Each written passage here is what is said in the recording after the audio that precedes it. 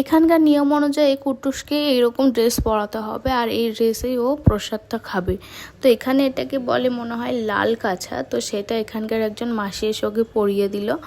আর এরপরে ব্রাহ্মণ বলল বাবা মা বাদে তোমরা সবাই এসো, ওকে প্রসাদ দেওয়া হবে, কারণ বাবা মা দেখতে পারবে না ওর প্রসাদ খাওয়া। তো আমি আর শান এখানে বসেছিলাম আর কুট্টুসকে নিয়ে গেল মন্দিরের ভিতরে, আর একসঙ্গে সব বাচ্চাকেই প্রসাদ দেওয়া হলো। আমার একটা জিনিস খুব খারাপ লেগেছে যে এখানে পুজোর থেকে বেশি মানে ব্রাহ্মণদের চাহিদা হলো টাকা, মানে টাকা দাও এরকম একটা অবস্থা। যাই হোক, মা সবখানেই আছে, মা সবাইকে ভালো রাখুক, মঙ্গল করুক, এটাই আমি চাই। কুট্টুসের প্রসাদ খাওয়া শেষে আমাদেরকে ডাকলো, মানে বাবা মাকে আসতে বললো, বাবা মা অঞ্জলি দেবে।